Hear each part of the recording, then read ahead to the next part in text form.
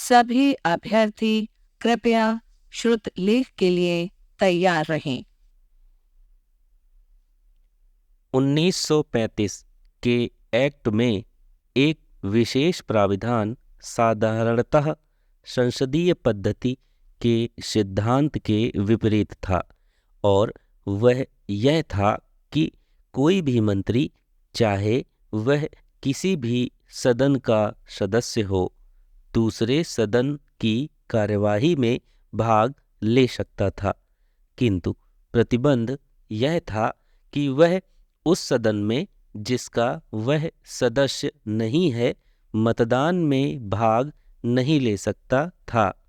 श्री रमाकांत मालवीय, जो विधान परिषद के सदस्य थे, सदन के नेता के रूप में कार्य करते थे, यद्यपि वे मंत्री नहीं थे। इससे परिषद को यह लाभ था कि मंत्रिमंडल के सभी सदस्य विधान परिषद की कार्यवाही में भाग ले सकते थे और विधान परिषद को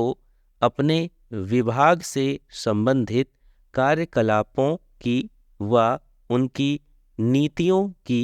जानकारी अधिकृत रूप से स्वयं देते थे। यद्यपि राज्यपाल के विशेषाधिकारों व उत्तरदायित्व के कारण विधान परिषद व विधानसभा के वैधानिक व अन्य संसदीय कार्यवाही के अधिकार संकुचित थे, तब भी विधान परिषद को वित्तीय विषयों में पहल करने का अधिकार नहीं था और वित्तीय विधेयक केवल विधानसभा में आरंभ किए जा सकते थे, किंतु एक प्रकार के वित्तीय विधेयक जिनके पारित किए जाने के पश्चात प्रांत की आय में से किसी प्रकार का व्यय होना आवश्यक हो, विधान परिषद में भी आरंभ किए जा सकते थे। यद्यपि संसदीय पद्धति में, जैसी कि इंग्लैंड में चालू है, आय व्ययक द्वितीय सदन हाउस ऑफ लॉर्ड्स में प्रेषित नहीं किया जाता, किंतु विधान परिषद में आय व्ययक प्रेषित किया जाना आवश्यक था, किंतु विधान परिषद उस पर केवल सामान्य विवाद ही कर सकती थी और निहित मांगों के संबंध में न विधान परिषद में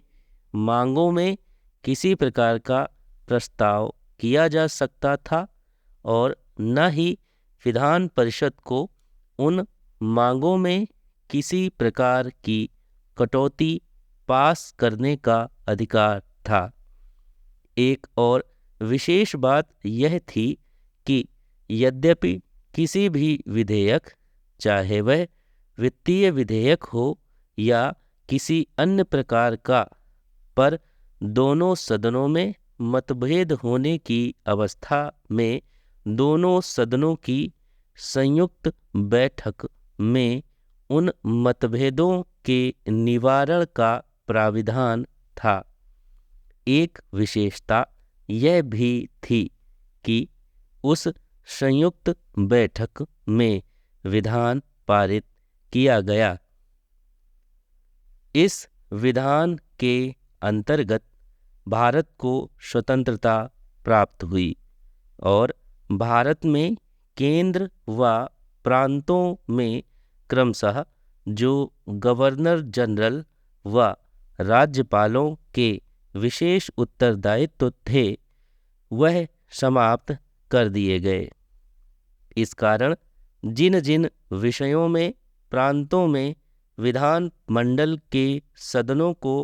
किन्हीं प्रकार की संसदीय कार्यवाहियों को स्वीकृत करने से पहले राज्यपाल की